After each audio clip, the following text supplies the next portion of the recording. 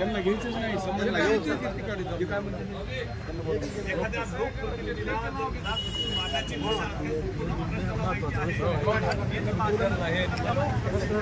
ते आपण आपला समाज त्यांच्यामुळे हे झाला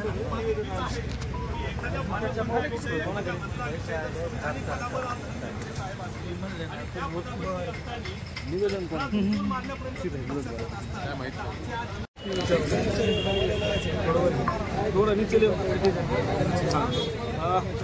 काय सांगाल नगर पोलीस ठाण्यामध्ये आले आहात काय मागणी आहे?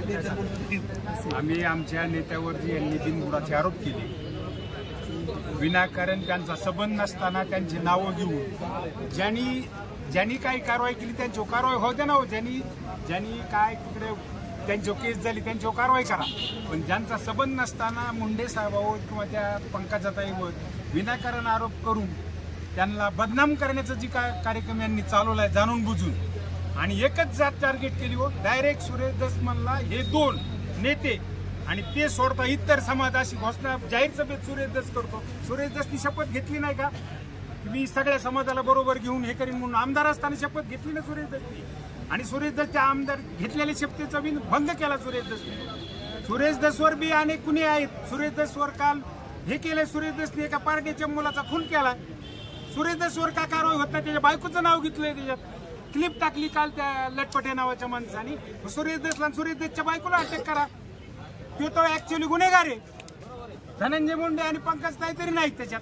सुरेश दस ऍक्च्युअली गुन्हेगार आहे. सुरेश दसला आणि त्याच्या बायकोला अटक करा पारड्याच्या खुनाच्या केसेसवर गुन्हा दाखल करा आणि त्याची चौकशी करण्यासाठी या मागणीसाठी आम्ही सगळे हे लोक इथं आलेलो आहोत. प्रमुख भूमिका प्रमुख मागणी या ठिकाणी आम्ही घेऊन आलो आहोत.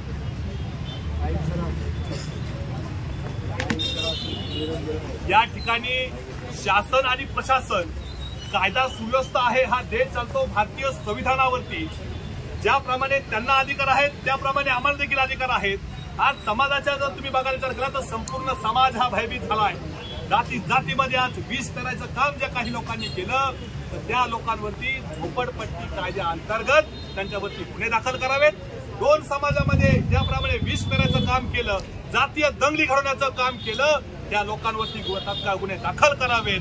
अन्यथा संपूर्ण ओबीसी समाज असेल संपूर्ण ओबीसी समाज वंजारी समाज मोठ्या ताकदीने या बीड जिल्ह्यामध्ये आक्रमकतेचं आंदोलन करेल. याला सर्वस्व जिम्मेदार प्रशासन असेल. उद्या होणाऱ्या हानीला किंवा उद्या होणाऱ्या कुठल्याही घटनेला आम्ही जबाबदार राहणार नाहीत. कुठल्याही गोष्टीचा एक अंत असतो. गेली 1 वर्षभर झालं काय चाललंय या ठिकाणी माणसावरती माणसं घालण्याचं काम तुम्ही दोघं तिघं जर करत असाल तर आता समाज रस्त्यावर उतरण्याशिवाय आता संपूर्ण समाज या ठिकाणी रस्त्यावरती